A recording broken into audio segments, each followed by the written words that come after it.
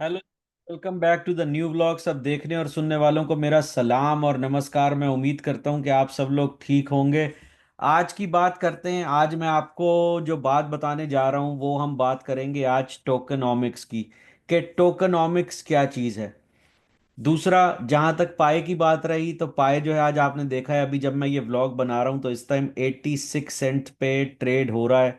और तकरीबन 6 बिलियन के करीब जो है वो इसका टोटल मार्केट कैप रह गया है। और कॉइन मार्केट कैप के ऊपर तकरीबन ये गिर के इस टाइम 24वें नंबर के ऊपर ट्रेड हो रहा है। जी हाँ, इस टाइम जो इसका ट्रेड हो रहा है वो तकरीबन 24वें नंबर के ऊपर हो रहा है। तो बात शुरू करते हैं एक छोटी सी पोइट्री के साथ। वो बोलते हैं कि जी, दिल के फपोले जल उठे सीने के दाग से, दिल के फपोले जल उठे सीने के दाग से, इस घर को आग लग गई घर के चिराग से। तू इधर उधर की ना बात कर, ये बता कि काफिला कहाँ लुटा। तू इधर उधर की ना बात कर, ये बता कि काफिला कहाँ लुटा।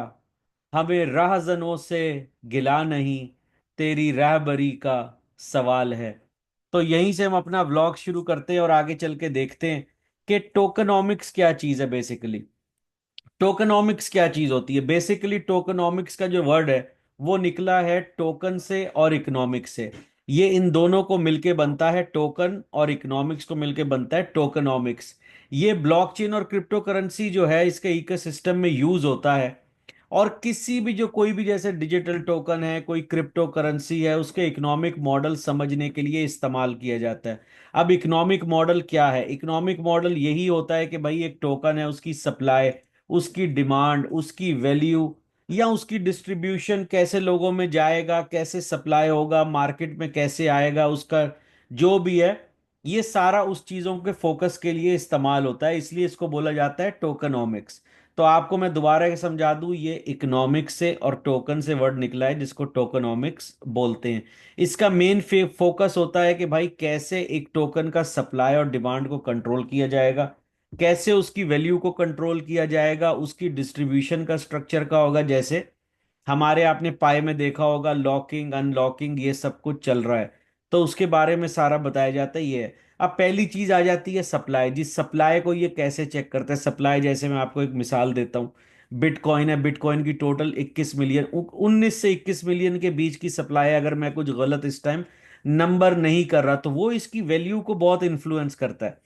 यानी अगर किसी टोकन की सप्लाई कम होगी तो ऑब्वियसली उसकी डिमांड ज्यादा होगी।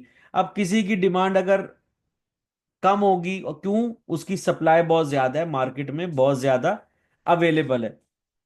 तीसरी चीज जो इसको समझने के लिए की जाती है वो है इसकी यूटिलिटी। भाई यूटिलिटी का मतलब क्या होता है कि टोकन जो है वो किस चीज के लिए क्या करेगा।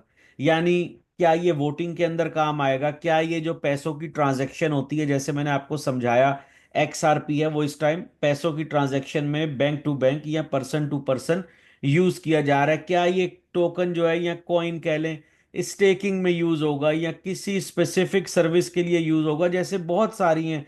मैंने आपको छोटी सी मिसाल दी है। बेसिक जो है वो आप ट्रांजैक्शन फीस समझ लें, कि जिससे ट्रांजैक्शन फीस में कम कमी आ जाए, जिससे ट्रांसफर टाइम के अंदर कमी आ जाए, तो ये बेसिकली यूटिलिटी होती है। अब आ जाता है इसके अंदर टोकनॉमिक्स में अगला स्टेप, वो जिस तरह रिवॉर्ड्स हो गया। भाई रिवॉर्ड्स क्या है कॉइन के ऊपर?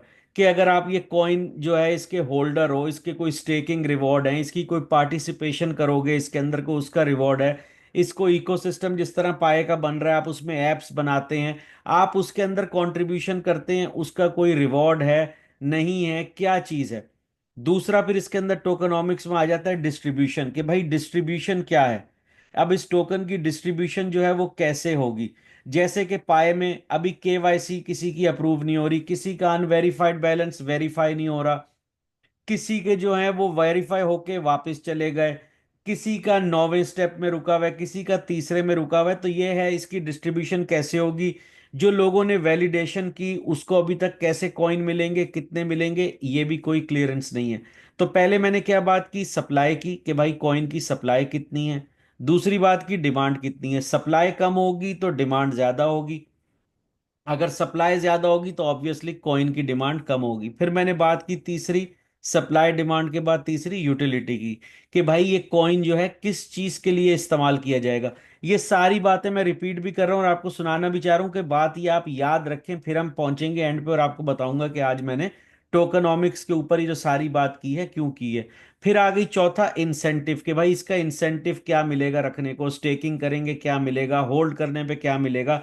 जैसे पाई कॉइन कह रहा है 3 साल रखो हम आपको जो है भाई इतने परसेंट ज्यादा देंगे, इतने ज्यादा देंगे, ये इंसेंटिव में होता है। लेकिन हमारे इंसेंटिव और चीजें क्लियर नहीं है, कई लोगों के ना लॉक करते हुए भी लॉक है, कई लोगों के वेरीफाइड होते हुए भी जो है वो वेरीफाई नहीं हो रहे। अच्छा, फिर आ जाती है डिस्ट्रीब्यूशन का भी मैंने आपको बता दिया। फिर लास्ट इसमें जो चीज आती है वो होती है इन्फ्लेशन और डिफ्लेशन। अब इन्फ्लेशन क्या होती है? इन्फ्लेशन बेसिकली होती है जब भी किसी टोकन का सप्लाई बढ़ता है। जैसे आपको होता है मार्च के अंदर ऑलमोस्ट 400 मिलियन समथिंग कॉइन जो है, 350 से 450 मिलियन के दरमियान जो है कॉइन जो है पाए का अनलॉक किया गया है। ठीक है ना, और हो भी रहा है फिलहाल। तो इसको इन्फ्लेशन बोलते हैं, मतलब कि ये आप मार्केट के अंदर और कॉइन जो है उसको डालते जा रहे हो, उसकी सप्लाई आती जा रही है, उसकी सप्लाई बढ़ती जा रही है। या फिर उसका होता है डिफ्लेशन। डिफ्लेशन तब टर्म यूज होता है जो कि सप्लाई लिमिटेड हो किसी चीज की। जैसे कि बिटकॉइन की मैंने बताया लिमिटेड, फिलहाल तो पाई कॉइन की भी लिमिटेड है। टोटल 6.76 बिलियन सप्लाई है। ठीक है, लेकिन वो सप्लाई और वो चीजें मार्केट पे असर क्यों नहीं हो रही? अगर आप जानना चाहते हैं इसके बारे में कुछ और कि ये क्या चीज है, तो कुछ और बात कर लेते हैं। उसके बाद इसमें काफी कई चीजें, अगर वीडियो तो मैं बनाना चाहूँ तो मैं इसके ऊपर और लंबी बना सकता हूँ। लेकिन मेन जो टोकनॉमिक्स होती है वो यही चीज है। अब बाकी तो फिर कई किस्म की चीजें आ जाती हैं, किस किस किस्म के टोकन हैं इसके अंदर, किस किस को कैसे देखा जाता है। कई यूटिलिटी टोकन होते हैं, कई जो हैं वो सिक्योरिटी टोकन होते हैं, कई गवर्नेंस टोकन होते हैं और कई स्टेबल कॉइन्स होते हैं। स्टेबल कॉइन आपका जैसे यूएसडीटी हो गया या यूएसडीसी हो गया, जिनको टिपिकली बनाया इसलिए गया है कि वो यूएस डॉलर के साथ रहें, उसकी वैल्यू सेम रहे। इसीलिए बहुत से एक्सचेंज जो हैं वो यूएसडीटी में यूएसडीसी के अंदर ट्रेड करते हैं। बाकी जिस तरह हैं आपके यूटिलिटी टोकन है, जैसे पाए है, जैसे इथीरियम है। अब इथीरियम क्या करता है, ये कॉन्ट्रैक्ट पे जो स्मार्ट कॉन्ट्रैक्ट होते हैं उन पे ट्रांजैक्शन को फैसिलिटेट करता है और ट्रांजैक्शन बहुत कम होती है। खैर बेसिकली अभी हम टोकनॉमिक्स पे ही रहते हैं, जो मेरा मेन टॉपिक था, तो मैंने आपको टोकनॉमिक्स के बारे में समझाया कि टोकनॉमिक्स क्या चीज़ है और ये किसको ट्रेड करता है। अब जो है मैं थोड़ा आपको इसके बारे में समझाता हूँ। अगर आप आ जाएं, या मैं आपसे एक थोड़ी सी स्क्रीन शेयर करता हूँ और आपको उसके बारे में थोड़ा पता चलेगा। यहाँ पे अभी मैंने आपको सारा टोकनॉमिक्स समझाया। अभी यहीं अगर मैं बाइनेंस स्क्वायर पे आ जाऊं तो ये बाइनेंस स्क्वायर वाला क्या बोलता है, इस पे मैंने वीडियो भी बनाई है कि भाई पाए के साथ क्या खराबी है, क्यों ये इसकी प्राइस महंगी नहीं हो रही। अब इसके अंदर ये बता रहा है कि Binance is unlikely to list Pi because of several key issues and clarified including ये। अब उसके अंदर ये आप आ जाएं अनवेरिफाइड पाइनियर बैलेंसेस। अब जो हमने जैसे कि बताया कि भाई इंसेंटिव क्या है, डिस्ट्रीब्यूशन कैसी है। अब ये बता रहे हैं अनवेरिफाइड पाइनियर बैलेंसेस हैं, कि जी what will happen to unverified Pi held by the Pi core team when will those balances will be distributed among the pioneers. Same thing जो टोकनॉमिक्स की मैंने समझाई कि इसके अंदर डिस्ट्रीब्यूशन का बहुत हिस्सा होता है, कि भाई आपकी टीम आपको कॉइन किस तरीके से डिस्ट्रीब्यूट कर रही है, आपको कॉइन किस तरीके से दिए जा रहे हैं। फिर ये क्या बोलता है इस बाइनेंस पे, बाइनेंस स्क्वायर जो इनकी कम्युनिटी है, core teams 20% allocation, clarification on the Pi core teams 20% allocation including how long these tokens will remain locked, any any condition for their release. फिर ये दूसरा ये भी बोल रहा है कि भाई पाइकॉइन ने जो अपने पास 20% टोकन रखे हुए हैं जो कि काफी बिलियंस में बनते हैं, भाई उनकी लॉक कितने हैं, अनलॉक कितने हैं, कैसे यूज होंगे, क्या होगा, और अगर अनलॉक हैं या नहीं है, वो मार्केट में सप्लाई में कब रिलीज हो सकते हैं, क्या कोई पिक्चर क्लियर नहीं है। फिर दूसरा वो बताता है pies use case and adoption, के पाई को कैसे यूज किया जाएगा, इसका पेमेंट मैटर, इसका रियल वर्ल्ड यूज में कैसे होगा, जो कि हमें बहुत मालूम है इकोसिस्टम के थ्रू, एप्स के थ्रू होगा, लेकिन वो कोई चीज अभी तक मार्केट में आ नहीं रही। एंड के अंदर ये बोलता है until these critical aspects are addressed Binance is unlikely to proceed with listing on Picoin on its exchange. Basically ये वीडियो मैंने बाइनेंस की लिस्टिंग पे नहीं बनाई, लेकिन ये मैंने आपको रीजन बताई है कि बाइनेंस क्यों और क्या चीजें बता रहा है इसके बारे में जो अनक्लियर है। तो अगर आप ये देखें, टोकनॉमिक्स जो है, जो कि एक टर्म है, मैंने आपको बताया टोकन यानी कॉइन, और इकोनॉमिक्स से मिला के बनाया टोकनॉमिक्स। वो टर्म पे इस टाइम क्या पाए पूरा उतर रहा है।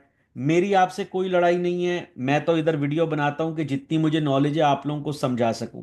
अगर आप लोगों के पास थोड़ा सा टाइम हो, आप टोकनॉमिक्स की ये वीडियो देखिए जो मैंने बनाई है, या टोकनॉमिक्स को आप सर्च कीजिए गूगल के ऊपर, और उसके बाद ये बाइनेंस के भी स्टेप्स देखिए कि वो क्या कह रहा है कि हम क्यों नहीं लिस्ट कीजिए, तो आपको इसके अंदर काफी चीजें मिलती जुलती नजर आएंगी। बाकी पाई कॉइन नीचे गिर रहा है, मैं इसके बारे में थोड़ी सी लास्ट में बात कर दूं। 86 से 80 सेंट्स इसकी लास्ट सपोर्ट लेवल है। अगर ये आज ऊपर वाला ना करे, 80 सेंट से नीचे गिरता है, तो ये फिर 60, 50, 40, 30 कहीं भी जाके रुक सकता है, फिर इसकी कोई लिमिट नहीं है। लेकिन इसको 80 सेंट इसकी लास्ट लिमिट है जहां से ये नीचे नहीं गिरना चाहिए, एंड आई होप नहीं गिरे, और वापस ये आ जाए जहां पे ये ट्रेड हो रहा था डॉलर से ऊपर, बल्कि और ऊपर जाए, और सारी चीजें क्लियर हो। अगर ये वीडियो पसंद आई हो तो प्लीज लाइक, शेयर और चैनल को सब्सक्राइब जरूर कीजिएगा। बहुत जल्द आपसे मिलते हैं नई वीडियो में, तब तक के लिए टेक केयर, नमस्कार, अल्लाह हाफिज।